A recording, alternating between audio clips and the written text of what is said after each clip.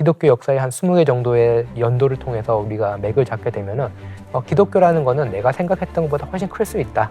그리고 내가 한국에서 경험하는 교회 모습보다 교회는 더 다채로운 모습을 가지고 있고 교회가 이 큰 역사 속에서 어떤 역할을 해왔는지, 그래서 우리가 너무 좁은 시야에 갇혀있기 때문에 보지 못하고 있는 건 뭐가 있을지, 그런 것들을 한 번 더 새로운 관점으로 보게 될 것 같고요.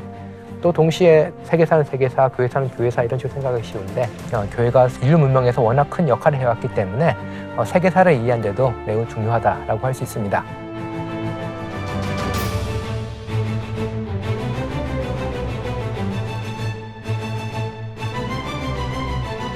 인간은 흔히 역사적 존재라고 부르죠. 그만큼 우리가 지금 살고 미래를 준비하는데 과거가 중요하다는 얘기입니다. 특히 그리스도인을 살아가는데 교회사를 안다는 것은 또 중요한 의미가 있습니다. 내가 지금 왜 이런 신앙을 가지고 있는지, 왜 너의 교회는 나의 교회와 다른 모습을 가지고 있는지, 그리고 교회는 앞으로 어떻게 자신을 이해해야 될지, 이런 것들 저희 역사에 대해서 역사를 통해 배울 수가 있죠.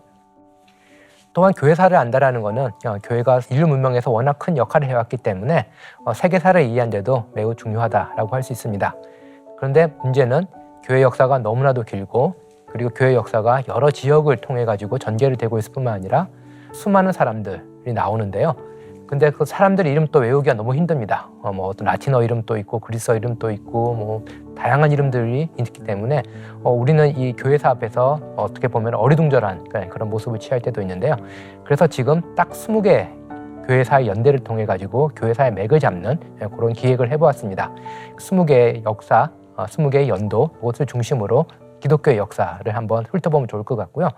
물론 역사라는 것이 흐르는 것이기 때문에 그 연도만 알면 되는 것이 아니라 그 전후의 맥락도 함께 알면은 교회의 역사에 대해서 좀 풍성하게 알게 되고, 그 교회 역사를 아는 것을 통해서 나의 신앙을 돌아보기도 되고, 그리고 교회가 어떤 식으로 이렇게 형성이 되었는지, 그리고 교회는 어떻게 미래를 준비해야 될지, 이런 것에 대한 통찰도 얻을 수 있으리라 생각합니다.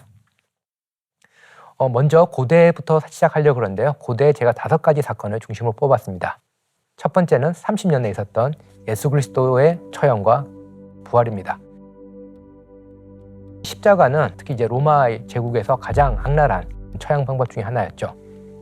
근데 신학적으로 볼 때 십자가는 예수 그리스도가 하나님의 아들이셨음을, 장차 있을 부활이 예수 그리스도를 통해 드러나게 하기 위해서 중요했던 그런 사건입니다.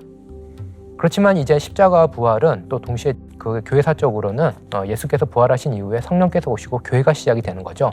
다른 말로 하면은 교회라는 아주 독특한 공동체가 인류 역사에 중요한 역할을 하는 마치 어떤 캐릭터처럼 등장을 하게 됩니다.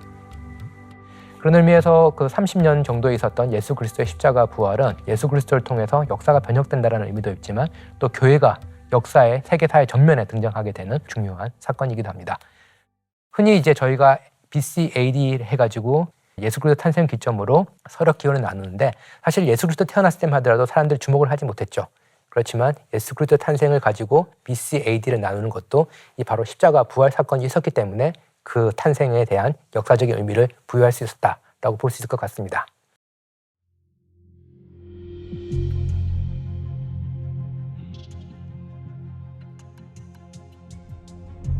다음으로 두 번째 중요한 사건은 49년도에 있었을 것으로 추정되는 예루살렘 공회입니다. 예수께서 십자가에 달리시고 부활하시고 승천하신 이후에 교회가 탄생했죠. 근데 교회가 이제 이방인들을 이제 선교를 해야 되는데 이제 문제가 생깁니다. 그건 뭐냐면은 이방인들에게도 유대인의 율법을 어느 정도 지키게 할 것이냐라는 문제가 생겼던 거죠. 당시에 여러 사도들이 있었던 만큼 사도들마다 생각도 달랐고 선교 전략도 달랐기 때문에 함께 모여서 이 문제를 논의할 필요가 있었습니다. 그게 사도행전 15장에 볼리는 예루살렘에서 열린 회의인데요. 예루살렘 공의회라고 부릅니다. 제자들에게 특히 있었던 문제 중에 하나는 뭐냐면은 유대인들은 태어난 지 8일 만에 할례를 받았는데 그것을 이제 이방인들에게도 요구할 거냐의 문제입니다. 근데 성인이 된 이방인들에게 할례를 받으라라고 하는 거는 너무나도 과한 요구였죠. 그렇기 때문에 이제 제자들이 모여서 선교로 나갔던 이제 사람들이 모여가지고 예루살렘에서 이제는 결정을 했던 게 뭐냐면은 단순히 유대교의 율법의 의식을 따르는 것이 아니라 하나님의 은혜, 그리고 그것을 받는 믿음, 어떻게 보면 오늘날 우리가 생각하는 개신교 신앙과 유사한 형태이기도 하죠. 거기에 따라서 우리는 선교를 해야 된다라는 결정을 내리게 됩니다. 사도행전 15장 28절을 보면 흥미로운 표현이 나오는데요. 그래서 공동번역 성경에 어떻게 표현이 되냐면은 성령과 우리의 결정에 따라라는 겁니다. 이게 뭐냐면은 앞으로 교회 역사에서 중요한 사건이 있으면은 어느 카리스마적 지도자가 나와가지고 이렇게 우리가 가야 돼라고 말하거나 하나님이 신비한 지식을 누구에게 줘가지고 교회가 가야 될 길을 알려주는 것이 아니라 성령의 인도하에서 회의하고 결정함으로써 교회가 어떻게 나아가고 어떻게 현실에 대해서 반응하고 적응할 것인가 논의하게 되는 거죠. 그래서 예루살렘 공의회는 기독교가 앞으로 어떤 카리스마적인 지도자에 의해서 일방적으로 진행되거나 아니면은 신비한 지식에 추구하면서 돌아가는 공동체가 아니라 성령의 인도하에 함께 결정하면서 그 역사에 대해서 반응하고 역사 속에서 자기의 존재의 의미를 찾아가는 그런 공동체가 되기로 결정된 사건이다라고 할 수 있을 것 같습니다.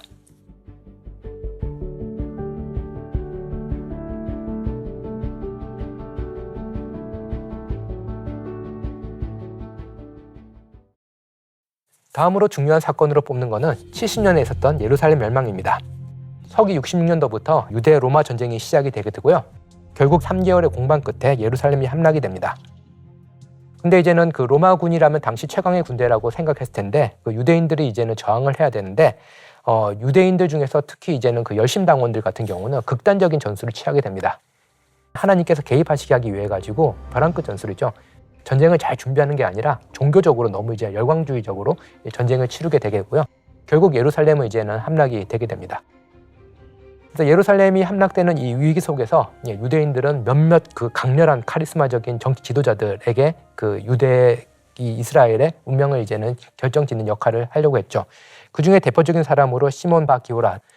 사람들은 이 카리스마적인 지도자를 이제 메시아라고 생각했고 그를 중심으로 로마에 대한 저항 운동을 펼치려고 했습니다. 그런데 문제는 뭐냐면은 기독교인들은 이미 메시아가 왔다라고 고백을 했던 거죠. 예수 그리스도께서 메시아이기 때문에 카리스마적인 지도자들을 따라서 저항 운동을 하는데 소극적인 모습을 보이게 됩니다.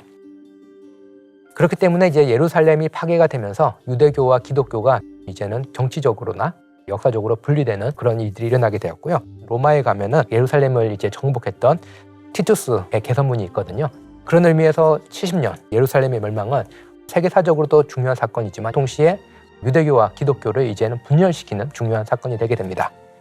이렇게 정치적으로 이제 유대교와 기독교가 다른 길을 가게 됐지만 결국 이제 90년 이제 예루살렘 멸망 이후에 예루대인들은 얌니아라는 곳에 모여서 바리새인 중심으로 율법 중심으로 이제는 유대교 재건 운동을 하게 되고요.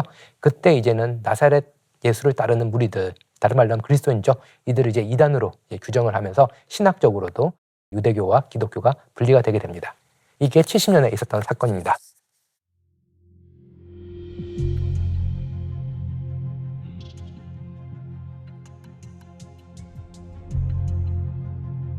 네 번째 사건으로 뽑는 것은 325년도에 있었던 니케아 공의회입니다. 로마의 속국에 있었던 그 유대 지역, 팔레스타인 지역의 한 유대인 청년, 나사렛 예수를 따르는 사람들이 예수 운동이라는 것을 일으켰고 이것이 이제 교회가 되었죠. 모든 황제들이 다 박해를 한 것은 아니지만 황제들 중에 일부가 기독교를 이제는 박해를 하게 됩니다. 그런데 콘스탄티누스 1세가 313년에 밀라노 칙령을 통해 가지고 기독교를 이제 공인을 하게 되면서 박해의 시대가 끝나게 되죠. 당시만 하더라도 이제는 로마의 황제가 여러 명이었고 그렇기 때문에 이제 로마가 분열된 위기에 있다가 콘스탄티누스 황제가 로마 제국을 통일을 하게 됩니다. 근데 문제는 뭐냐면은 정치적으로 군사적으로 로마를 통일했지만 기독교 내부에 서로 다른 의견들이 있는 거죠. 그렇기 때문에 콘스탄티누스 황제가 기독교 내에 어떤 교리적인 통일성, 고백의 통일성을 위해서 회의를 모집하게 되고요. 예루살렘에서도 공의회가 있었듯이 콘스탄티누스 황제가 니케아라고 불리는 도시에서 공의회를 통해서 이 문제를 해결하려고 합니다. 325년도 니케아에 있었던 공의회에서는 예수 그리스도는 누구인가라는 문제를 가지고 이제는 중요한 결정을 내리게 되는데요. 대표적으로 아리우스라는 신학자 같은 경우는 예수 그리스도는 다른 피조물보다 높아도 성부 하나님과는 동일한 존재는 아니다. 동일하지는 않고 유사한 본질을 가졌다 해서 유사 본질이라는 표현을 쓰면서 예수 그리스도의 완전한 신성을 부정하게 됩니다. 그렇기 때문에 이제는 제국이 어떤 교리적으로 그 기독교적인 어떤 분열, 갈등 상황에 빠질 수도 있기 때문에 콘스탄티누스 황제가 니케아에서 종교회의를 하게 되고요. 그때 예수 그리스도는 하나님과 동일한 신이다, 동일 본질이라는 표현을 쓰게 됩니다. 당시 기독교가 오늘날로 따지면은 저희가 뭐 인터넷이라든지 뭐 다양한 그 통신 매체를 통해 가지고 서로 정보를 교환할 수 있겠지만 지중해라는 큰 지역에 기독교가 퍼져 있었거든요. 그래서 문화도 다르고 언어도 조금씩 다르고 생각하는 방식도 다를 수가 있었겠죠. 바울의 그 선교 여행 보면 아시겠지만 지중해 따라서 이렇게 여행을 갔잖아요. 그다음에 지중해 중심으로 이렇게 기독교가 퍼졌지만 기독교가 그 지중해에서 내륙으로 들어가게 됩니다. 내륙은 산이나 강으로 서로가 분리되어 있는 거죠. 기독교가 이제 내륙으로 들어가면서 서로 다른 신앙들이 형성이 되어 버렸던 거죠. 그래서 당시에 기독교의 중심 도시였던 로마, 콘스탄티노플, 시리아, 알렉산드리아 뭐 이런 지역을 보면은 다 예수 그리스도 믿는다, 성부 하나님 믿는다 그랬지만 다 다른 표현을 쓰고 있었던 거죠. 기독교가 하나 되기 위해서는 언젠가는 함께 모여가지고 예수 그리스도에 대한 고백, 그리고 성부 하나님과 예수 그리스도 어떤 관계지든 고백을 통일할 필요가 있었고, 그때 중요한 역할을 했던 게 니케아 공의회이고 그때 만들어졌던 게 니케아 신경입니다. 어떤 분들은 이제 니케아 신경이 제국과 종교의 결탁이다라고도 얘기를 하죠. 왜냐하면은 콘스탄티누스 황제가 회의를 소집했기 때문인데 그 이전까지는 이렇게 한 번도 크게 모여본 적이 없습니다. 그렇기 때문에 누군가가 이렇게 그 모임을 주선해야 됐고요. 근데 그 안에서 이루어졌던 내용들을 보면은 로마라는 어마어마하게 큰 제국의 속에서 서로 다른 신앙을 갖고 있었던 것 같은 기독교인들이 각자 다른 문화, 언어, 습관을 가지고 하나의 교회를 만들기 위한 노력의 결실물이다라고도 이제 볼 수가 있겠습니다. 그런 의미에서 325년 니케아 공의회는 기독교 역사에서 매우 중요한 사건이고 세계 역사에 있어서도 로마 제국이 다시 하나의 신앙으로 연합되게 되는 아주 중요한 역사적 계기가 되었다라고 할 수 있겠습니다. 근데 제가 여기서는 그 20개에 넣지는 않았지만 또 중요한 그 공의회 중에 하나가 451년도에 있었던 칼케돈 공의회인데요. 니케아 공의회에서는 예수 그리스도가 하나님이다까지 얘기했잖아요. 근데 아직 안 풀린 문제가 있습니다. 어떻게 하나님인데 어떻게 예수 그리스도가 완전한 인간이면서 완전한 하나님일 수 있냐라는 것을 결정하기 위해서 다시 모여야 됐고요. 452년도 칼케돈 공의회가 됩니다. 그때 이제는 결정한 게 뭐냐면은 너무나도 이거 풀기 힘든 신비이기 때문에 부정적인 그 언어를 써서 표현했어요. 예수 그리스도 안에 신성과 인성이 혼합되지도 변화되지도 나눠지지도 분리되지 않는다. 뭐다라고 정확하게 말하는 것보다는 이렇게 이해해서도 안 되고 나눠진다고 이해해서도 안 되고 분리된다고 이해해서도 안 되고 혼합된다고 이해해서도 안 되고 변한다고 생각해서도 안 된다. 이런 식으로 부정적인 식으로만 아주 다양한 해석이 가능할 수 있는 틀을 마련해놨죠. 근데 이때 동의하지 못했던 두 교회가 이제 갈라져 나가게 되고요. 북아프리카, 시리아 쪽으로 신앙 고백에 동의하지 못하게 됐고 그렇기 때문에 이 사건을 예수 그리스도가 누구인지에 대해서 공식적으로 선언한 회의지만 또 동시에 교회가 분열된 사건이라고도 이야기를 합니다. 그래서 제가 네 번째로 뽑은 중요한 사건은 325년 니케아 공의회가 됩니다.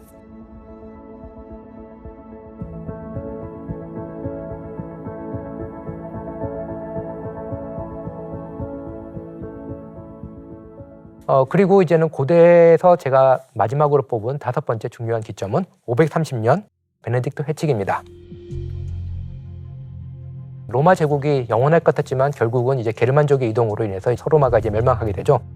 476년도에 서로마가 멸망하고 수백 수천 년 지속되었던 문명이 붕괴되었기 때문에 사람들은 불안, 걱정, 혼란 속에 있었습니다.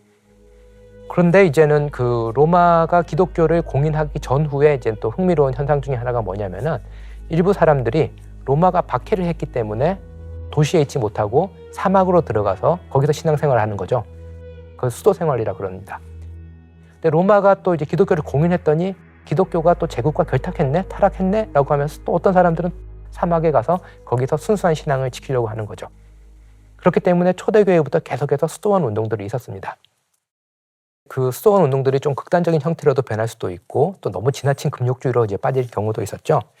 그랬을 때 이제는 그 530년도 베네딕토 회칙이 만들어지는데요. 그것을 통해서 수도회가 조금 더 체계화되고 그리고 제도화되게 됩니다.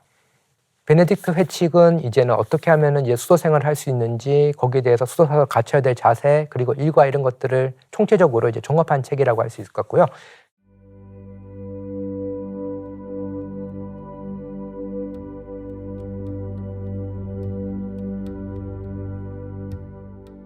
지금 우리가 생각하는 수도회의 모습들 있잖아요. 기도하고 예배하고 노동하고 그리고 이제 공부를 하기도 하고 이런 모습들이 다 베네딕토 수도회 회칙을 자기들 수도회의 상황에 맞게 어느 정도 바꿨다라고도 할 수 있어요. 그만큼 오늘 기독교의 아주 중요한 하나의 축인 수도원 운동의 지금의 모습도 거슬러 올라갔을 때 거의 베네딕트 회칙의 모습에서 나온다라고 할 수가 있을 것 같습니다.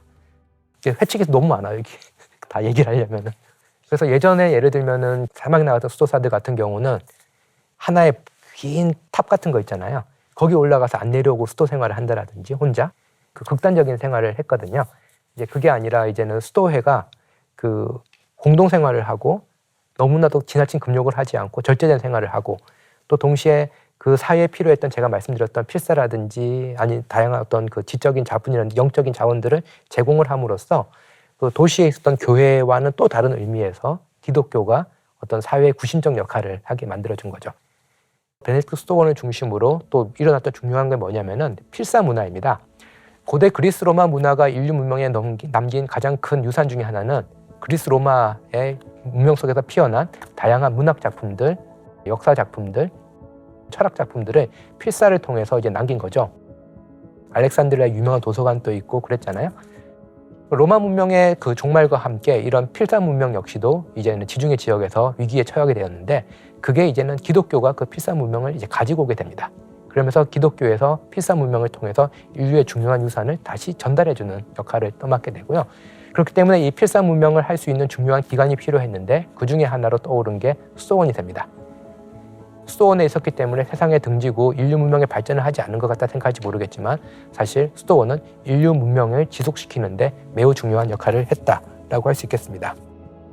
근데 중세가 이제는 시작이 되는데 흔히 이제는 590년에 그레고리우스 1세 교황이 이제 제위할 때부터 이제는 중세의 어떤 신학적이고 교회적인 틀이 잡혔다라고 하는데 흥미로운 건 뭐냐면 이 그레고리우스 교황이 바로 최초의 수도회 출신의 교황이란 겁니다. 그레고리우스 그 교황의 리더십 아래 교회는 다양한 이제 문화를 만들게 되고 교회를 통해서 혼란했던 사회 속에서 평화와 질서를 도모하는 단순히 수도원이 아니라 혹은 교회만이 아니라 더 큰 사회적 역할을 떠맡게 됩니다. 그래서 5세기 말 소로마 제국의 멸망 이후에 인류 문명의 중요한 기둥 역할을 해줬던 수도원 그리고 중세교회가 등장을 하게 됩니다.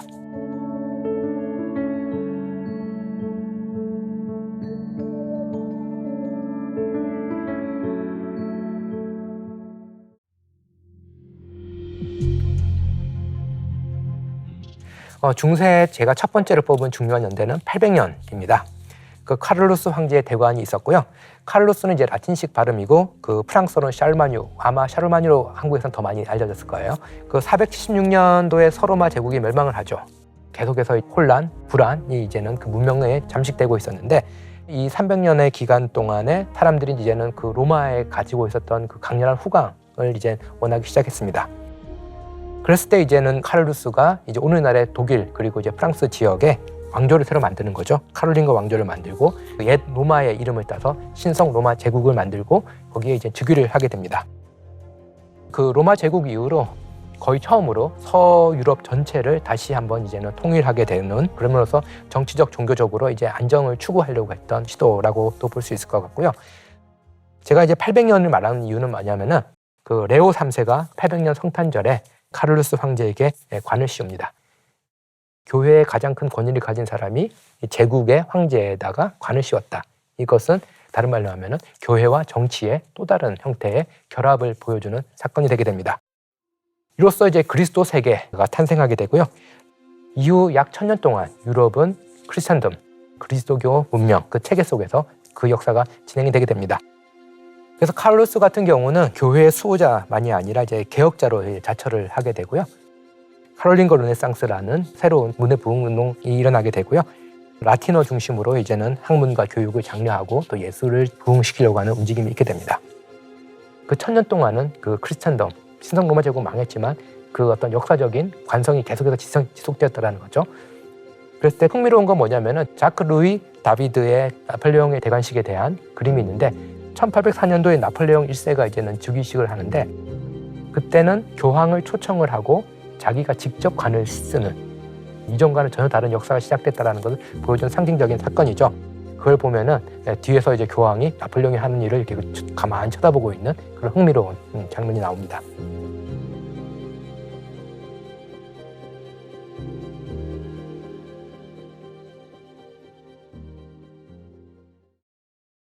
중세에서 두 번째로 중요하게 생각하고 이제 말씀드릴 사건은 1054년 동서교회 분열입니다.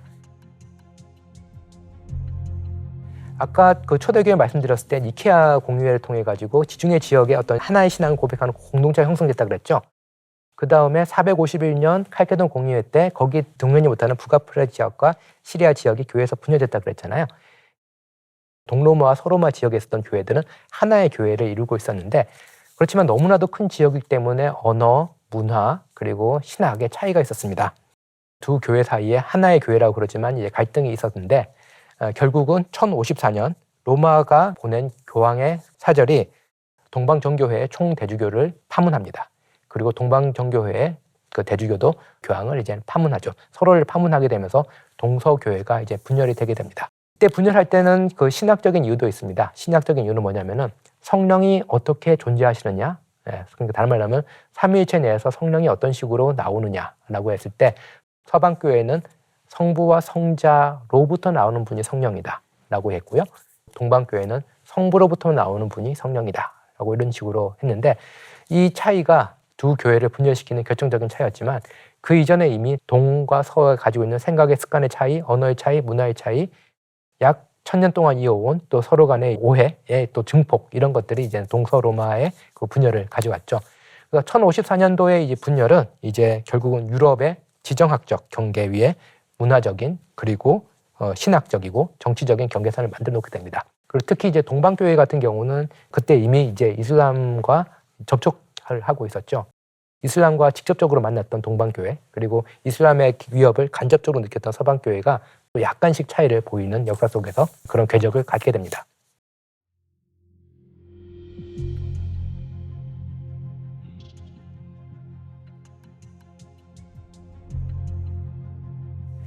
네, 그 다음으로 중요하게 생각하는 사건으로 뽑은 것은 아마 다른 신학책이나 교회사책에는 잘 등장을 안 할 것 같은데요.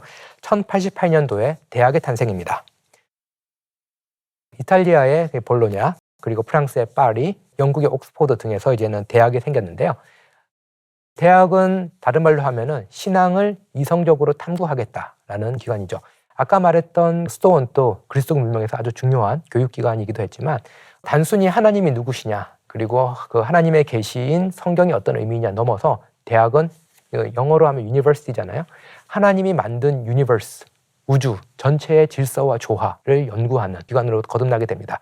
수도원 같은 경우는 아무래도 조금 더 초점이 하나님의 말씀이 무슨 의미일까 뭐 신학적인 문제가 초점이 갖겠지만 대학 같은 경우는 하나님이 만드신 세계를 다 이해하기 위해서는 신학뿐만 아니라 여러 학문들이 필요하겠죠. 그래서 신학과의 관계 속에서 여러 고대 그리스 로마부터 발전했던 학문들이 하나의 커리큘럼 안에 들어오게 됩니다. 그래서 지금도 대학 같은 경우는 뭐 아시다시피 현대 문명까지 살아남아서 매우 중요한 역할을 하게 있고 뭐 대한민국도 아시다시피 11월 되면은 대학 입시를 앞두고 온 나라가 또 이렇게 홍역을 치를 정도로 대학이라는 것은 그 중세에 생겼지만 현대 문명까지 아주 깊숙이 영향을 끼치고 있고요. 그리고 현대 문명에 필요한 기술이라든지 과학적 지식이라든지 인문학적인 자원들을 계속해서 제공해주는 역할을 하고 있습니다. 네, 그래서 이제는 대학이 가지고 있었던 그 이상, 신앙과 이성이 대조되는 것이 아니라 조화를 이룰 수 있다라는 이 그 믿음은 중세 문명을 이끌고 그 이후에도 계속해서 영향을 끼치고 있다라고 할 수 있을 것 같습니다.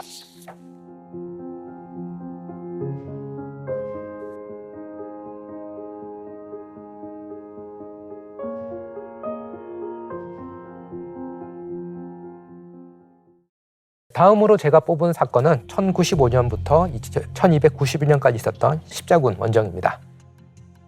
이슬람 세력에 의해서 이제는 그 성지라고 불리는 예루살렘이 함락되었죠. 그러면서 이제는 그것을 이제 회복한다라는 명목하에 기독교 기사단이 계속해서 이제 원정을 떠나게 되는데요. 매우 복잡한 운동이기 때문에 이것은 뭐다라고 한마디로 동기, 목적을 설명을 하기는 힘듭니다. 거기에는 성지를 회복하려는 열망도 있었고 먼 곳으로 가보려는 어떤 탐험 정칭도 있었고 그리고 정치 경제적인 이익을 취하려는 탐욕도 있었고 신앙과 신화, 역사가 뒤섞여 있는 모호한 상태 속에서 떠나려는 또 충동도 있었습니다. 근데 저희가 또 볼 것 중에 하나가 뭐냐면은 이것이 중세 문명의 전성기를 알리는 사건이라는 겁니다. 다른 말로 하면은 영국에서부터 쭉 영국과 뭐 프랑스, 뭐 오늘날 독일 이런 지역에서 다 기사들이 왔잖아요. 동유럽 지역에서 왔다라는 건 뭐냐면은 그만큼 중세 문명이 전성기에 있었고, 그리고 각 지역을 기사들이 이렇게 여행해서 통과할 수 있을 정도의 안정성이 보장이 되었고, 연합국군을 만들 정도로 교황의 세력이 컸음을 보여주는 사건이기도 합니다. 그렇지만 이런 화려함, 중세 문명의 화려함 이면에 이제 허약함을 보여주는 게 또 십자군 전쟁인데요. 십자군 이후로 이제는 중세 문명이 어느 정도 쇠퇴하기 시작했다라고도 이야기를 하기도 합니다. 십자군 전쟁이 계속해서 이제 실패를 하면서 교황의 권위도 이제 약화되고요. 그리고 중세 문명을 이뤘던 기사들이 각 지역에서 봉건 군주로 많이 있었잖아요. 그래서 기사들이 이렇게 떠나게 되면서 봉건제도 이제 약화가 되게 되고요. 또 새로운 문물에 노출되다 보니까 새로운 사상들이 생기게 되고, 또 그리고 학문과 문화가 이제 발전이 되는 기반도 마련이 되게 됩니다. 그리고 그 십자군들이 이제는 떠나게 되었던 해안가에 있었던 이탈리아가 막대한 부를 이제는 축적하게 되면서 이탈리아의 도시 중심으로 유럽의 새로운 패권이 축이 기울게 됩니다. 제가 말씀드렸듯이 십자군은 이런 식으로 이제 중세 문명의 전성기를 보여주는데요. 신학적으로도 그 중세 문명의 전성기를 보여주는 몇 가지 사건들이 이 십자군 원정 그 기간 중간에 들어 있습니다. 예를 들면은 1215년에 네 번째 라테란 공의가 있게 되는데요. 네 번째라면 여러 번 있었다는 거죠.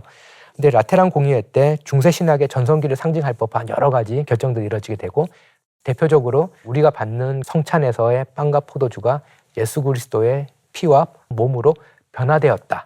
화채설이라고 부르는데, 이런 교리들도 이때 공식 교리로 인정을 받게 되고요. 이제 이것들이 나중에 종교개혁 때 종교개혁자들이 이제 비판했던 내용이기도 합니다. 그리고 잘 알려진 중세 신학자 토마스 아퀴나스가 신학대전을 쓰다가 이제 멈춘 시점이 1274년인데요. 그 신학대전은 십자군 원정 때 유럽으로 전파된 여러 가지 그 새로운 사상들이 있다고 그랬잖아요. 그 중에 제일 중요한 것 중에 하나가 아리스토텔레스의 사상입니다. 아리스토텔레스의 철학이 가지고 있는 어떤 체계적인 것, 그리고 현실을 분석하는 그 능력들, 이런 것들을 이제 신학에 접목시키려는 시도가 있게 되고요. 그게 이제 중세 대학교에서 스콜라 철학이라는, 스콜라 신학이라고도 하고요. 그런 이름으로 발전이 되게 됩니다. 그래서 토마스 아퀴나스 같은 경우는 이때까지 있었던 모든 지식들, 모든 논쟁들, 이것들을 자기의 신학의 체계 속에서 다 소개하고 거기에 대해서 답을 하려고 그랬고요.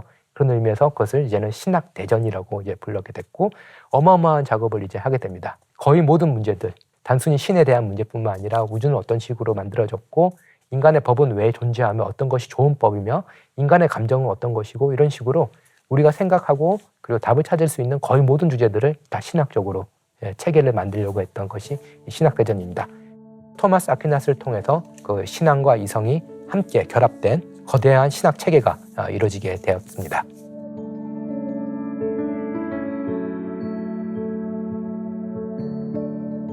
중세를 볼 때 제가 생각할 때 마지막으로 중요한 연도는 1453년입니다.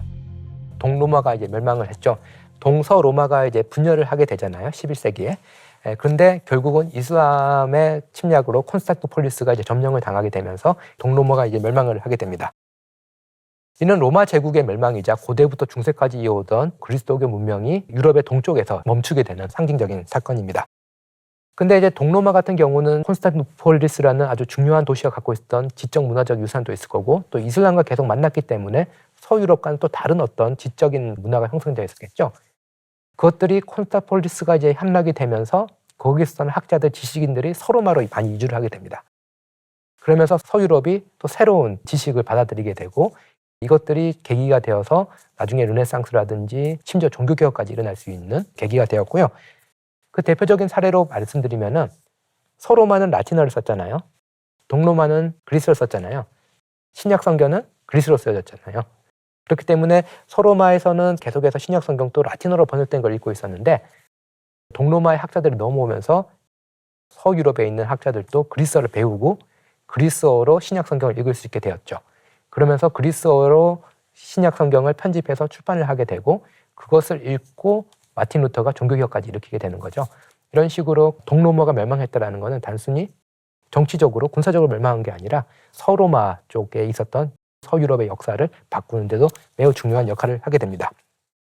또한 이제는 동로마가 그 이슬람에 의해서 그 아랍 문명권에서 점령당했다는 건 뭐냐면은, 이제는 동로마 쪽으로 배를 몰고 가는 게 상당히 위험해졌다는 뜻이거든요. 그러면은 새로운 항로를 개척해야 되는 거죠. 새로운 항로가 열릴 수 있는 게 대서양 쪽이 됩니다. 그렇기 때문에 이제는 대서양 중심으로 항해를 하게 되는 거고, 콜럼부스를 비롯해서 많은 사람들이 이제 대서양을 이제는 항해하게 되는 대항해 시대로 접어들게 되는 중요한 역사적 계기가 되었죠. 근데 이 시점에 또 중요한 역사적 사건이 있습니다. 제가 1453년도에 동로마가 멸망했다 그랬는데, 바로 그 직전 1450년에 구텐베르크가 인쇄술을 이제 발명을 하게 되는 거죠. 인쇄술의 발명은 이때까지 비쌌던 책을 더 빨리 저렴한 가격으로 찍어낼 수 있다. 다른 말로 하면 보편화될 수 있다는 거죠. 그래서 1455년도에 구텐베르크가 최초로 이제는 성경을 인쇄를 하게 되고요. 구텐베르크 성경이라고 불리게 되는 그 인쇄 성경이 나오게 됩니다. 이때는 당연히 종교개혁 이전이기 때문에 라틴어 성경을 이제는 구텐베르크가 찍게 되고요. 그리고 그렇지만 이 기술이 나중에 종교개혁자들에게 소개되어서 종교개혁자들이 성경이 라틴어 번역이 아니라 원래 있었던 그 그리스 히브리어와 그리스어 연구를 한 바탕으로 만들어진 자국어 번역 성경을 통해서 모든 사람들이, 그리고 쓴 사람이라면 모든 사람들이 성경을 접할 수 있는 새로운 시대로 들어가는 또 계기가 되었습니다. 여기서 여담 한마디 들어갈까요? 네. 종교개혁의 역사를 잘 아시는 분들은 이제는 마틴 루터가 중세 말기에 면벌부, 다른 말로 하면은 그 면죄부란 걸 돈으로 사면은 연옥에 있는 자기의 지인들이 고통을 감하고 이제 천국에 올라갈 수 있다. 그래서 면죄부, 면벌부를 판매한 것에 대해서 비판을 해서 종교개혁을 일으켰고, 그리고 구텐베르크의 인쇄술에 영향을 받아서 자국어 성경을 널리 퍼뜨렸다고 되어 있는데, 사실 구텐베르크가 막대한 부를 획득하는 데 중요한 역할을 했던 게 바로 이 면죄부를 인쇄를 했기 때문에 그렇습니다. 그래서 구텐베르크가 한편으로는 면죄부를 보편화시키는 역할도 했고, 다른 한편으로는 종교개혁을 또 일으키는데 또 중요한, 자기는 알지 못했지만 그런 역할을 담당하게 되었습니다.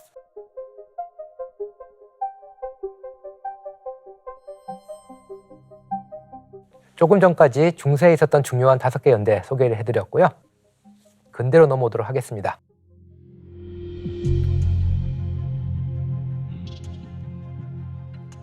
(1517년에) 이제 마틴 루터가 이제 비텐베르크에서 시작한 종교 개혁은 허약해진 중세 문명의 끝을 알리는 중요한 사건이었습니다. 종교 개혁이 일어난 이후 또 중요한 사건 중에 하나가 1521년 보름스 제국의회에서 루터가 이제 자신이 이제 이단으로 판명돼서 어떤 보호도 받지 못하게 될 수도 있는 결정적인 사건이 있었는데요. 루터가 매우 큰 두려움으로 처음에 임했다가 결국은 자신의 입장을 철회하지 않기로 하면서 한 유명한 말이 있습니다. 성경이 나를 설득하지 않는 한 나는 철회하지 않겠다. 내 양심은 하나님의 말씀의 포로이다. 내가 여기 있나이다. 하나님 나를 도우소서. 아멘. 내가 여기 있나이다. Here I stand라고도 영어로도 이제 많이 알려져 있죠. 루터가 자신의 사상을 철회해라, 로마 카톨릭에 대한 비판을 철회하라 라고 했을 때 하지 않겠다라고 한 근거가 상당히 흥미롭습니다. 하나님의 말씀에 붙들려 있는 나의 양심이라는 거죠. 그렇기 때문에 이후 사상가들은 루터는 여전히 중세적이지만 개인이 가지고 있는 양심을 가지고 거대한 전통에 맞섰다는 의미에서 새로운 근대적인 주체가 탄생하고 있는 것은 아닌가, 근대의 여명이 보름스 제국의회에서 비치는 것이 아닌가라고 생각을 하게 되었습니다.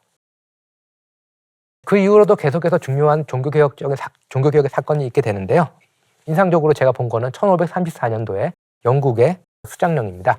헨리 8세의 종교개혁은 자신의 이혼 문제를 때문에 일어났다라고 얘기도 하는데, 중요한 거는 영국 국교회의 수장이 교황이라든지 아니면 대주교가 아니라 왕이라고 얘기한 거죠. 그럼으로써 절대군주로 넘어갈 수 있는 계기도 마련했지만, 헨리 8세의 여러 딸들 중에 엘리자베스가 또 여왕이 되었죠. 근데 엘리자베스 여왕 때 스페인 무적 함대와 결전을 펼쳤을 때 승리를 하게 됩니다. 단순히 전쟁에 승리했다는 것이 아니라 스페인 무적 함대라고 그러면 그 이전 문명에서 최고의 군사력을 자랑한 그 동시에 카톨릭 세력의 상징적인 힘을 가지고 있었던 나라가 스페인이었거든요. 근데 영국이라는 신흥 국가가 수장령이라는 이걸 통해 가지고 종교개혁도 일으켰을 뿐만 아니라 절대군주화된 신흥 국가가 스페인의 무적 함대를 무찔렀다는 것은 패권이 새로운 개신교 국가로 넘어오고 있다는 것을 보여주는 사건이고, 대서양을 통해서 영국 비롯한 개신교 국가들이 새로운 땅으로 진출하게 되는 것을 알리는 중요한 사건이 됩니다. 그 외에도 칼뱅이 기독교 강요를 통해서 개신교 신앙을 정리를 하기도 하고, 로마 카톨릭은 트렌트 공의회를 통해서 자체적인 개혁을 또 하기도 하지만, 이러한 모든 사건들을 상징적으로 알리는 사건은 1517년 마틴 루터의 종교개혁의 시작이 아닌가라고 생각을 합니다.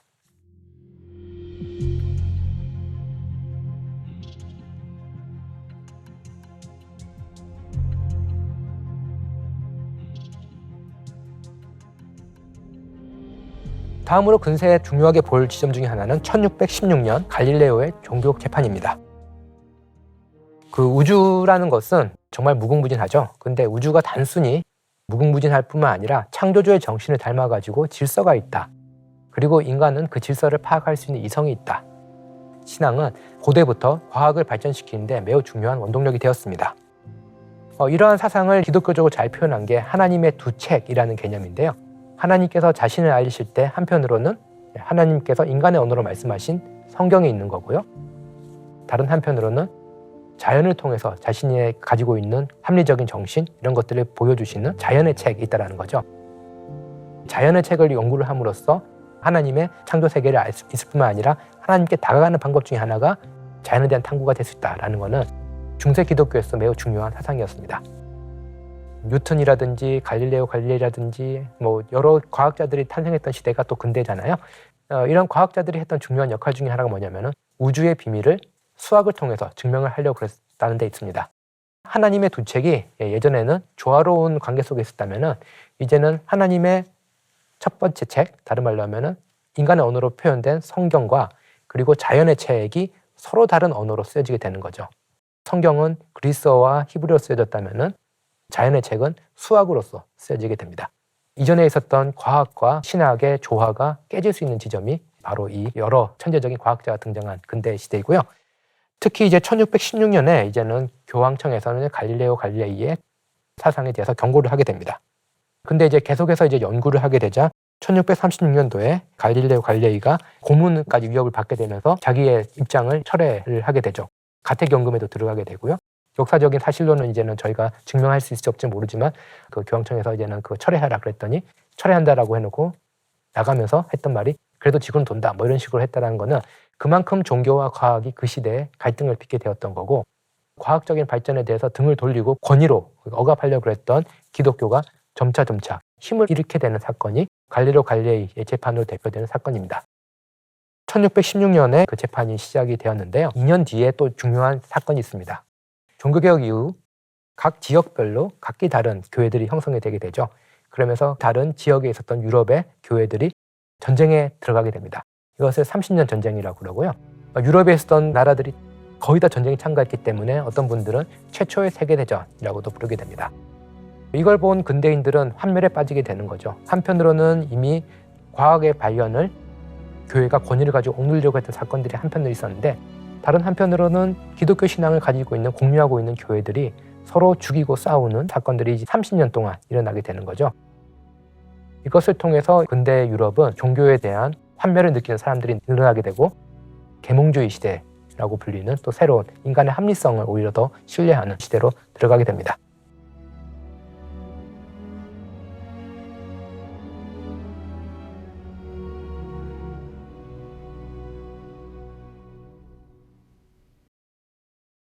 그리고 근대를 논할 때 빼놓을 수 없는 중요한 한 인물이 있죠. 존 웨슬리입니다. 존 웨슬리가 회심을 하게 되는데요. 1738년을 그런 의미에서 근대 중요한 하나의 연도로 뽑아보았습니다. 종교개혁이 1517년경에 일어났고 그 이후 약 200년 흐른 동안 교회도 계속해서 아무리 개신교회라 그러지만 제도화 그리고 신학이란 것이 너무나 또 사변적으로 변하게 되는 거죠. 그리고 또 합리주의적으로 신학을 설명하려고 하는 신비를 설명하려고 그러는 움직임도 일어나게 됩니다. 그런 의미에서 어느 정도 새로운 의미에서 종교개혁이 또 필요했었던 시점인 것 같고요. 그런 그 시대적 배경에 맞게 18세기 초에 부흥운동들이 영국과 영국의 식민지 중심으로 이곳저곳에서 일어나게 됩니다. 아까 말씀드렸듯이 종교개혁이 각 교파별로 교회들이 만들어지면서 유럽 곳곳에서 일어났다고 그랬잖아요. 그것을 넘어서서 이제는 초교파적인 대각성 운동도 일어나게 되는데요. 성공의 사제였던 존 웨슬리도 미국의 식민지였던 조지아에 선교로 나갔다가 처음에 실패를 하게 됩니다. 그래서 어떻게 보면 선교에 실패했기 때문에 좀 낙담할 수도 있었을 것 같은데 존 웨슬리가 그 이후 영국에 돌아와서 런던에 있다가 루터가 쓴 로마서 서문을 읽게 됩니다. 그때 자신의 심정을 이렇게 표현하는데요. 매우 단순한 표현이지만 강렬한 표현입니다.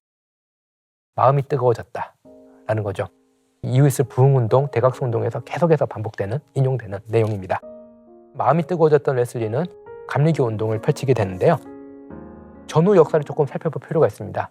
웨슬리가 1738년도 회심을 했잖아요. 어떻게 보면 18세기잖아요. 근데 영국은 16세기 아까 말씀드렸던 수장령과 엘리자베스 여왕 때 스페인의 무적 함대를 해치우면서 영국이 세계 곳곳으로 뻗어나가면서 식민지 개척을 하게 되는 거죠. 그러면서 영국 사회로 유입됐던 것들이 막대한 부도있지만 노예들이 들어오게 됩니다. 그래서 노예들과 함께 산 지 수십 년, 100년이 넘어가면서 여러 문제들이 발생을 하게 됐죠. 그리고 18세기 중반 이후부터 산업혁명이 일어나게 됩니다. 다른 말로 하면은 산업혁명의 여명기에 웨슬리가 감리교 운동을 펼치게 되는 거죠. 그 산업혁명은 영국을 아주 부강한 나라로 만들었지만 또 이전에 없었던 빈부격차 문제, 노동의 문제 이런 것들을 사회에 일으켰습니다. 이런 그 전후 맥락 속에서 탄생한 감리교가 일으켰던 것은 단순히 개인의 회신만을 위해서 노력한 것이 아니라 여러 가지 면에서 사회개혁, 대표적으로 노예 폐지라든지 아니면 노동개혁이라든지 이런 것들에 이제 웨슬리 영향을 받거나 당시에 대각성 운동에 영향을 받았던 여러 이제는 사람들이 뛰어들게 되는 거죠. 대각성 운동이라는 것이 단순히 마음이 뜨거워지고 개인의 구원, 회심을 위한 것인 같지만 사실상 이것은 사회개혁 운동으로 노예제를 폐지하고 노동을 개혁하고 어린아이들을 보호하고 이런 활동들로 이제 이어졌다는 것도 기독교 역사에서 매우 중요한 그런 그 사건이 아닐 수 없습니다.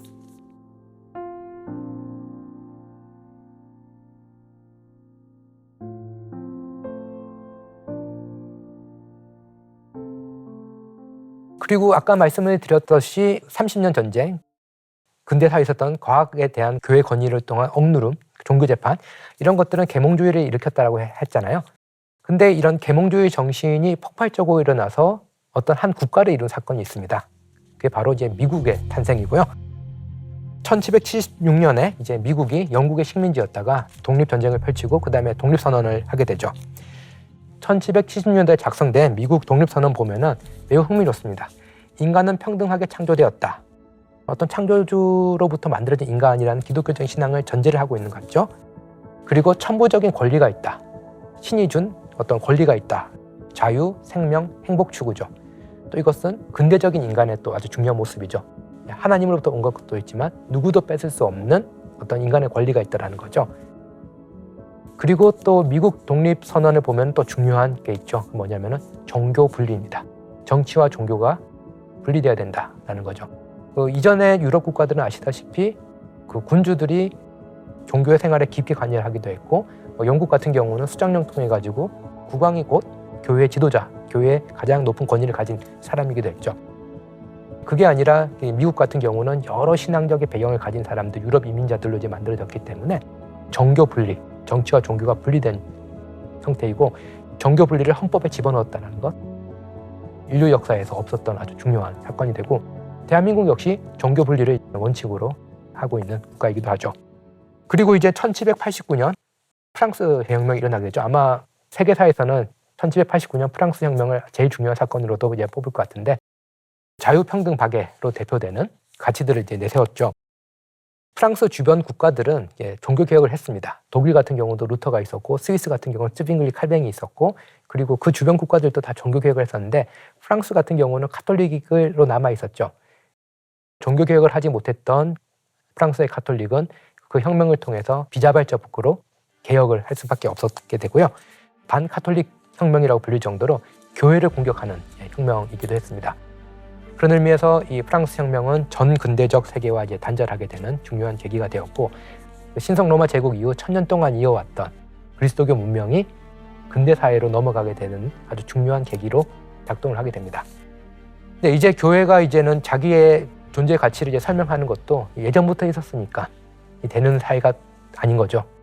계몽주의도 등장했고 그리고 혁명이 교회를 개혁을 하기도 했고 그렇기 때문에 교회가 자기의 존재 가치를 이제는 설득 그리고 봉사로서 보여줘야 되는 그러한 근대 사회가 그 프랑스 혁명을 기점으로 세계적으로 이제 퍼져나갔다라고도 할 수 있을 것 같습니다.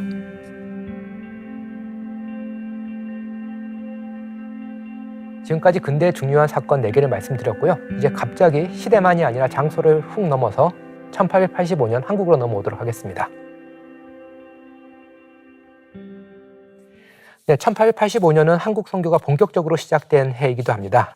대표적으로 아펜젤러와 언더우드가 부활절 날에 인천에 발을 내려놓은 때가 바로 1885년이죠.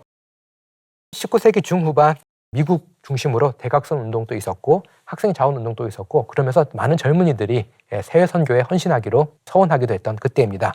근데 이제 한국 선교는 특별합니다. 여러 가지만 특별한데 그중에 특별한 것 중에 하나가 뭐냐면은 선교사들이 오기 전에 이미 성경이 번역되어 있었다는 거죠. 특히 이제 언더우드 아펜젤러가 미국에서 올 때 일본을 거쳐서 이제 오게 되는데요. 한국에서 이미 수신사로 일본에 와 있었던 이수정이란 분이 마가복음을 우리말로 이제 번역을 했었습니다. 아펜젤러 언더우드가 거기서 이제는 한국어 성경을 접하게 되고 기본적인 한국어도 이제 배웠다라고 합니다. 그렇기 때문에 한국 선교는 선교사들이 와가지고 성경을 번역한 것이 아니라 이미 자생적으로 성경이 번역이 되어 있었고 선교사들은 오히려 그걸 가지고 이제 선교를 했던 매우 특별한 역사이고 또 흥미로운 것은 뭐냐면은 아펜젤러 언더우드가 각각 감리교와 장로교 선교사란 겁니다. 다른 말로 하면 한국은 어떤 특정 교단이 주도적으로 와서 선교를 시작한 게 아니라 두 교단이 온 거죠. 그래서 여러 얘기가 있습니다. 아펜젤러 언더우드가 1885년에 부활절에 함께 왔기 때문에 누가 먼저 내렸을까? 아펜젤러가 먼저 내렸으면은 한국의 최초 선교는 감리교가 한 게 되는 거고 만약에 언더우드가 내렸으면은 장로교가 되기 때문에 많은 분들이 장난으로 누가 먼저 내렸을까? 어느 교단이 먼저 선교를 했을까라고 했는데 예를 들면은 감리교가 제일 먼저 내렸다. 왜냐하면은 아펜젤러는 결혼해서 아내와 함께 왔고 언더우드는 총각이었기 때문에 Ladies First라고 해가지고 아펜젤러의 아내가 먼저 내렸다. 그렇기 때문에 감리교가 처음이다라고 얘기도 하고 어떤 분은 Ladies First는 맞는데 언더우드가 먼저 첨벙하고 뛰어내려가지고 에스코트하고 내렸기 때문에 장로교가 먼저 왔다. 한국 선교가 어떤 경쟁보다는 서로 협력 그리고 서로에 대한 배려 이런 것들이 없었다면 이런 식의 농담을 이제 못 만들어냈겠죠. 그런 의미에서 한국의 선교는 매우 특별하고 그리고 한국 선교된 지 100년 정도 만에 기독교는 개신교는 특별히 한국의 아주 대표적인 종교가 되었고 또 선교 받는 나라에서 선교한 나라로 변화된 모습을 볼 수가 있습니다. 네, 그래서 그 한국의 선교와 동시에 또 한국의 근대화가 일어나게 되고요. 그래서 선교사님들이 단순히 이제 복음을 전한 게 아니라 병원도 만들고 학교도 만들고 인쇄술도 소개하기도 하고 평등사상 그리고 한글 전파를 하게 되는 거죠. 한글이 이제는 성경으로 번역된 거는 매우 충격적인 사건입니다. 왜냐하면 당시 사대부들이나 이런 사람들은 한글 같은 경우는 일반인들, 서민들이 쓰는 언어였죠. 그렇기 때문에 아주 고차원적인 철학, 사상은 한문으로만 표현될 수 있다라고 생각했던 게 많은 그때 당시에 그 양반들의 생각이었는데 어떻게 보면 신의 말씀이라는 매우 고차원적인 사고가 일반인들이 쓰는 한글로 번역이 됐다라고 하는 뭐냐면 한글도 그만큼 뛰어난 언어이다. 한글도 그만큼 소중한 언어이다라는 것을 보여주는 대표적인 사건이죠. 나중에 한글 학회라든지 이런 데 활동하셨던 학자들 보면은 개신교인들이 상당히 많은 것을 볼 수 있는 것도 이 성경 번역과 무관하다고 말을 할 수가 없습니다. 네, 그래서 이 아펜젤러와 언더우드가 한국에 온 지 한 세기 만에 선교받는 나라에서 선교하는 나라로 변화되는 또 놀라운 역사가 있었고요.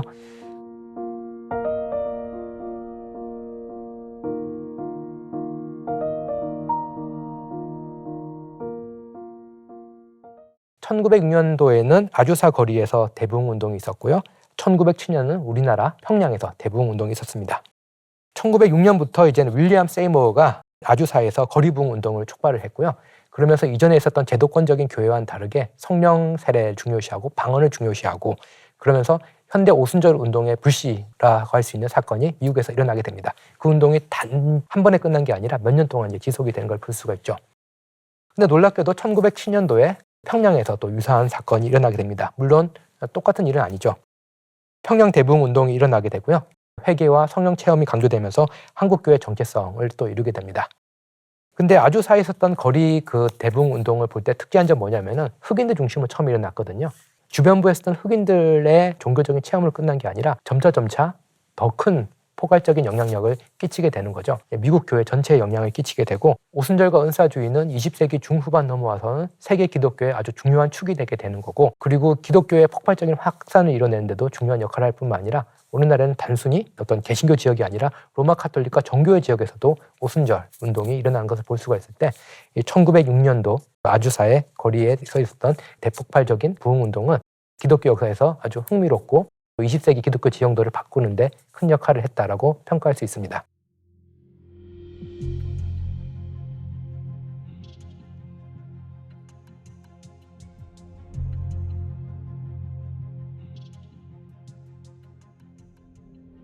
다음으로 중요한 사건으로 뽑은 것은 1910년도에 있었던 에든버러 선교대회입니다. 18세기부터 유럽 국가들이 개신교 국가들이 선교회를 만들고 곳곳에 선교사들을 파송하죠. 대표적으로 침례 선교회에서 1793년도에 윌리엄 캐리를 인도로 보낸 사건이죠. 그 외에도 여러 선교회들이 만들어졌고 학생 자원 운동이라고 젊은이들이 선교사로 이제 자원하는 운동들이 일어나게 되죠. 그래서 개신교 선교의 중흥기라고 할 수 있지만 또 동시에 너무 많이 일어나면은 혼란기라고도 할 수 있습니다. 너무나도 많은 선교사들, 선교회들이 공존한 상황에서 어떻게 우리가 세계 선교를 할 것인가를 이제 또 모여서 토론하고 결정하는 사건이 있게 되고요. 아까 말씀드렸듯이 초대교회부터 교회는 함께 모여서 성령의 인도하에서 결정하는 것을 매우 중요하게 생각했잖아요. 그래서 세계 선교를 위해서 스코틀랜드 에딘버러에서 1910년도에 선교사님들과 선교단체들이 모이게 됩니다. 그때 1200명 정도의 등록자가 있었고요. 선교단체 160여 개가 참석을 하게 됩니다. 서로가 선교를 위해서 경쟁을 하지 않고 연합할 것을 이제는 또 이야기를 하기도 하고요. 다른 말로 하면 교회는 경쟁하지 않고 함께 선교를 위해 일한다라는 것이 중요한 모토가 되었고요. 또 이 세대 안에 전 세계를 복음화하겠다라는 열정을 공유하기도 했습니다. 에딘버러 선교대 1910년도이지만 그 자료를 보면 흥미로운 게 당시에 한국에 있었던 선교사님들도 대표로 몇 명이 참석을 하시기도 했어요. 근데 더 놀라운 거는 거기에 한국인의 이름도 등장합니다. 윤치호라는 이름이 또 등장하죠. 1895년도에 저희가 선교를 본격적으로 시작했다면 불과 20여 년 만에 에딘버러 선교대회에 한국인이 참석하고 심도 있는 대화를 나눈 기록도 있는 것으로 보아서 한국교회가 초창기부터 단순히 수동적인 위치에 머물지 않았다는 것도 확인할 수 있는 게 바로 이 에딘버러 선교대회가 아닐까라고 생각합니다. 그리고 에딘버러 선교대회는 그 전 세계 교회가 하나의 일치를 위해서 예전엔 지중해 지역이었기 때문에 모일 수 있었다면은 황제 보호가 있었잖아요. 황제가 이제 했기 때문에 모였다면은 이제 그게 아니라 전 세계 교회가 황제라는 어떤 정치 권력 없이 선교라는 목적으로 모였기 때문에 매우 의미심장한 사건이고요. 그런 의미에서 이 에딘버러 세계 선교대회는 그 이후에 있는 교회 연합 운동들, 선교 연합 운동들의 어떤 모체 같은 역할을 차지한다라고도 할 수 있습니다. 예를 들면은 1948년도에 암스테르담에서 WCC 세계교회협의회가 결성이 되는데 역사적으로 연속성은 없지만 WCC 같은 경우도 1910년도에 있었던 세계 선교대회를 자신들의 어떤 정신적인 기원으로 삼기도 하고요. 1974년도 가면은 로잔 운동이 있게 되는데요. 복음주의 선교 운동이죠. 그 역시도 1910년도 세계 선교대회를 배경으로 이해하는 것을 볼 수가 있습니다.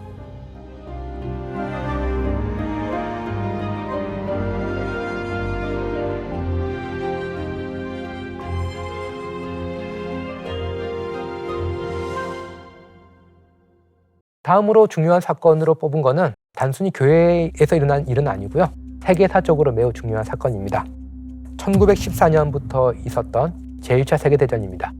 사상자 수나 아니면 뭐 히틀러라든지 이런 또 상징적인 인물이 등장하지는 않았습니다. 2차 세계대전에는. 그러면서 제2차 세계대전으로 저희의 또 이목이 많이 집중되어 있고 또 많은 영화들이 아무래도 2차 세계대전을 배경하고 있기 때문에 저에게는 2차 세계대전이 엄청나게 큰 사건처럼 여겨지는데 교회사적으로는 제1차 세계대전이 조금 더 중요하지 않을까라고 생각을 합니다. 제1차 세계대전 이전 약 100년 동안 유럽은 큰 전쟁이 없었습니다. 상대적으로 평온했습니다.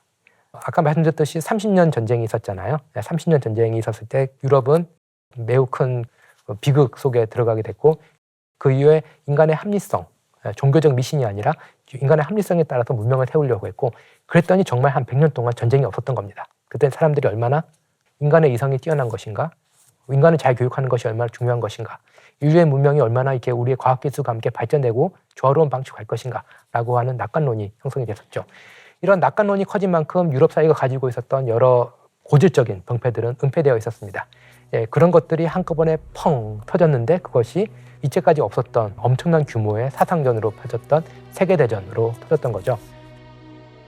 그랬을 때 신학자들이 혼란스러워했고 교회도 혼란스러워했습니다. 어떤 의미에서 이 사건을 이해할 것인가 라고 했고 또 신학자들 중에 일부는 1차 세계대전을 지지하기도 했고 또 1차 세계대전 나갔을 때 보면은 유럽 국가들끼리의 싸움이었기 때문에 유럽에서 다 하나님을 믿는다라고 했지만 교파가 다른 젊은이들이 서로를 향해서 총을 겨누어야 됐고 그리고 젊은 목사들은 거기 채플린으로 따라가서 그들을 이제 장례를 치러줘야 됐고 이렇기 때문에 기존 100년이라는 평화의 기간 동안 생각하지 못했던 인류 문명의 취약함 그리고 우리가 가는 길이 올바른 길인가 이런 것들을 함께 생각하게 했던 것이 바로 이 1차 세계대전이고요.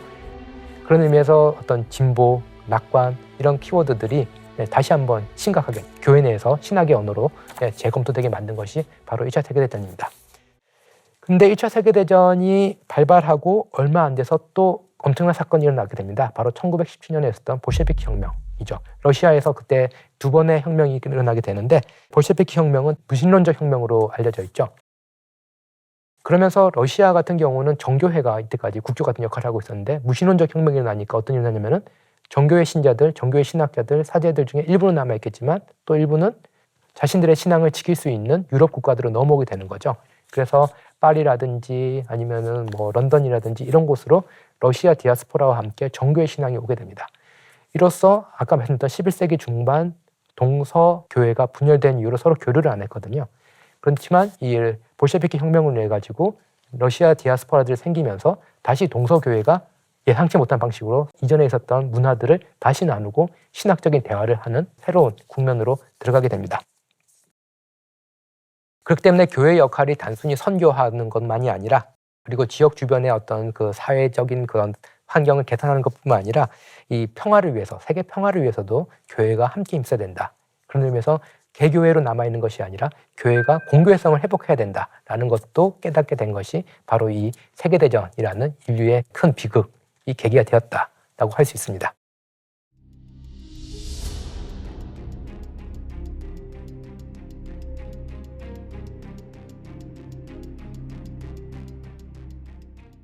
다음으로 제가 뽑아본 중요한 사건은 1962년부터 1965년까지 있었던 제2차 바티칸 공의회입니다. 카톨릭에 있었던 개혁운동이지만 인류 역사에 매우 큰 흔적을 남긴 사건이기 때문에 소개해드릴 수밖에 없는데요. 카톨릭 교회 같은 경우는 아까 프랑스 혁명에 때 얘기 말씀드렸듯이 프랑스 혁명에서 자유평등 박애 이런 근대적인 가치를 가지고 인간적인 가치를 가지고 혁명을 일으킬 때 교회를 공격을 했다고 했잖아요. 그만큼 카톨릭 교회라는 것은 수구, 변하려고 하지 않는 그런 세력 혹은 근대성을 부정하는 세력이라는 이미지가 강했습니다. 그렇지만 카톨릭 교회라고 언제나 이제 근대성의 도전에 대해서 문을 닫고 있을 수는 없었고요.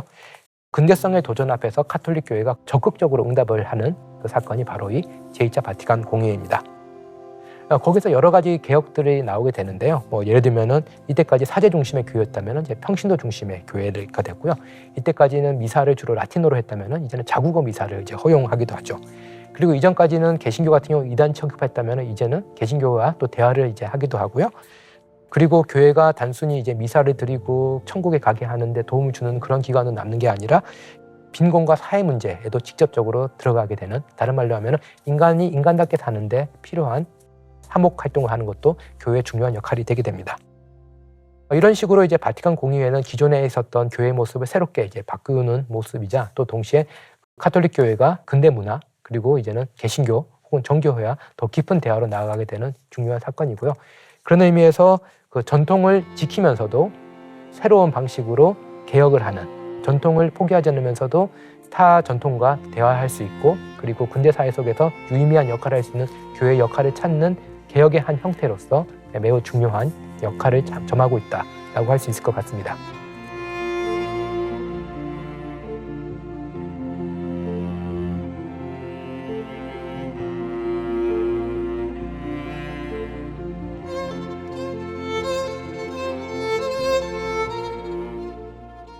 마지막으로 뭘 뽑을까 많이 고민을 했는데 오늘날도 계속해서 영향을 끼치고 있는 한 대회를 결정했습니다. 1914년도에 있었던 로잔 대회입니다. 얼마 전에 이제 한국에서도 모임이 있었기 때문에 또 한국교회의 역할도 이 로잔 대회 속에서 이제는 빼놓을 수 없기 때문에 로잔 대회를 뽑았습니다. 존 웨슬리라든지 아니면 대각성 운동이라든지 18세기 이후에 복음주의가 개신교에서 큰 역할을 하게 되고 세계 기독교에서 중요한 역할을 담당해왔죠. 근데 아까 말씀드렸던 이제 웨슬리라든지 초기 복음주의 같은 경우는 사회개혁, 다른 말로 하면 노예제를 폐지한다라든지 아니면 노동 문제 해결에 이제 적극적이었다든지 이런 모습을 띄었는데 이상하게 갈수록 복음주의가 개인의 구원, 내면적인 신앙 이런 데서 집중을 하기 시작합니다. 그런 상황 속에서 이제 로잔 모임이 가지는 그 의미가 상당히 크다고 할 수 있는데요. 로잔 대회는 개인의 신앙을 중요시하고 개교회를 중요시할 수 있던 그런 교회 풍토 속에 복음주의자들이 전 세계적으로 한번 모이자라고 하게 된 사건이 됩니다. 주최를 할 때도 단순히 한 나라가 한 게 아니라 미국과 영국의 기독교 지도자들 중심으로 해서 전 세계 복음주의자들 리더들을 초청하고 그런 형식으로 이제 이루어졌고요. 1974년도에 이루어졌고 그 이후에 계속해서 후속 모임이 있는데 그래도 아무래도 제일 중요한 건 1974년도에 만들어진 로잔 언약이 이 모임의 성격을 제일 잘 보여주는 것 같습니다. 로잔 언약이 몇 개의 조항으로 되어 있는데 그중에서 저희가 눈여겨볼 것 중에 하나가 뭐냐면은 당연히 개인 전도에 대한 그 내용이 나오죠. 개인의 회심 매우 중요합니다. 그리고 미전도 종족을 선교해야 된다. 단순히 선교가 아니라 아직까지 복음을 듣지 못한 사람들에 대해서 우리가 선교를 해야 된다는 것도 있지만 상당히 중요하게 그 자리에 나온 게 뭐냐면 사회 선교와 복음 전도가 서로 배치되는 게 아니다라는 조항이 나옵니다. 다른 말로 하면은 양날개라고 할까요? 개인의 회심도 중요하지만 또 사회 선교라는 것은 기독교 신앙에서 매우 중요하다라는 것을 전 세계 복음주의자들이 모여서 재천명한 사건이 되게 되는 거고요. 이런 목소리들을 내는데 단순히 이제는 유럽이라든지 북미의 기독교 지도자들이 아니라 전 세계 복음주의 교회 지도자들이 모여서 했다라는 것이 중요합니다. 1974년도는 한국의 기독교 역사에서도 매우 중요한 사건인데요. 74년도에 이제 익스플로 부흥 대성회가 있게 되죠. 오늘날 여의도 광장이죠. 거기서 어마무시한 규모의 부흥성회가 일어나게 되죠. 그때 참석하셨던 분들 얘기 들으면은 정말 하나님 나라가 한국에 이르렀다라는 생각이 들 정도의 열기였다고 하는데요. 그렇지만 또 그때 동시에 잊지 못할 사건이 그 일들이 뭐냐면은 1970년대는 한국이 이제 산업화의 길이 있었습니다. 진보 기독교를 중심으로 산업 선교에 헌신하게 되었고 진보 기독교 같은 경우는 한국에 있었던 어떤 고질적인 어떤 사회 문제의 해결에 또 큰 힘을 기울였던 거죠. 그 단순한 도식을 보면 진보 기독교는 사회 선교이고 보수라든지 복음주의는 개인의 구원에 힘썼다라고 할 수 있는데 이제 그런 도식이 굳어질 경우에는 제가 볼 때는 불필요한 갈등이 교회에 고조되지 않을까라고 생각이 들고요. 그런 의미에서 같은 해에 있었던 1974년도 로잔 대회, 한국의 대표들도 참가했던 그 로잔 대회에 사회 선교와 그리고 복음 전도가 서로 대치되는 게 아니다. 그것은 함께 있는 복음의 중요한 핵심적인 메시지다라고 했고 거기에 전 세계 복음주의 지도자들이 서명을 하고 갔다라는 것은 이후 기독교 역사의 발전에 또 어떤 중요한 방향타 같은 역할을 하지 않을까라고 생각을 합니다.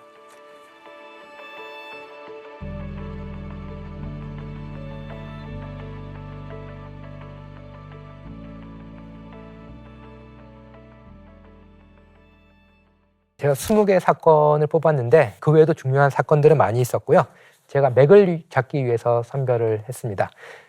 이런 20개의 사건과 그리고 그 앞뒤로 제가 설명을 드리면서 보여드리고자 했던 거는 기독교라는 거는 내가 생각했던 것보다 훨씬 클 수 있다. 그리고 내가 한국에서 경험하는 교회 모습보다 교회는 더 다채로운 모습을 가지고 있고 그리고 사회에 많은 역할들을 해왔다라는 것을 이제 보면 좋을 것 같고요. 저희는 이제 현실에 적응하기 위해서 오늘날 내 앞에 있는 문제에 집중을 하고 거기에 맞춰서 우리의 신앙도 가늠하려고 그러고 그리고 교회도 거기에 맞게 교회 계획도 세우려고 하고 있지만 기독교 역사의 한 20개 정도의 연도를 통해서 우리가 맥을 잡게 되면은 교회가 큰 역사 속에서 어떤 역할을 해왔는지 그래서 우리가 너무 좁은 시야에 갇혀있기 때문에 보지 못하고 있는 건 뭐가 있을지 그런 것들을 한 번 더 새로운 관점으로 보게 될 것 같고요. 또 동시에 저희가 세계사는 세계사, 교회사는 교회사 이런 식으로 생각하기 쉬운데 그게 아니라 교회가 가는 곳마다 교회는 이제 세계 역사 속에서 중요한 역할을 해왔고 그런 의미에서 그리스도를 산다라는 것은 단순히 교회의 일원으로 사는 것뿐만 아니라 교회의 일원이자 인류의 일원으로 산다라는 것 그런 감각들이 교회 역사를 공부하면서 길러지지 않을까 생각합니다.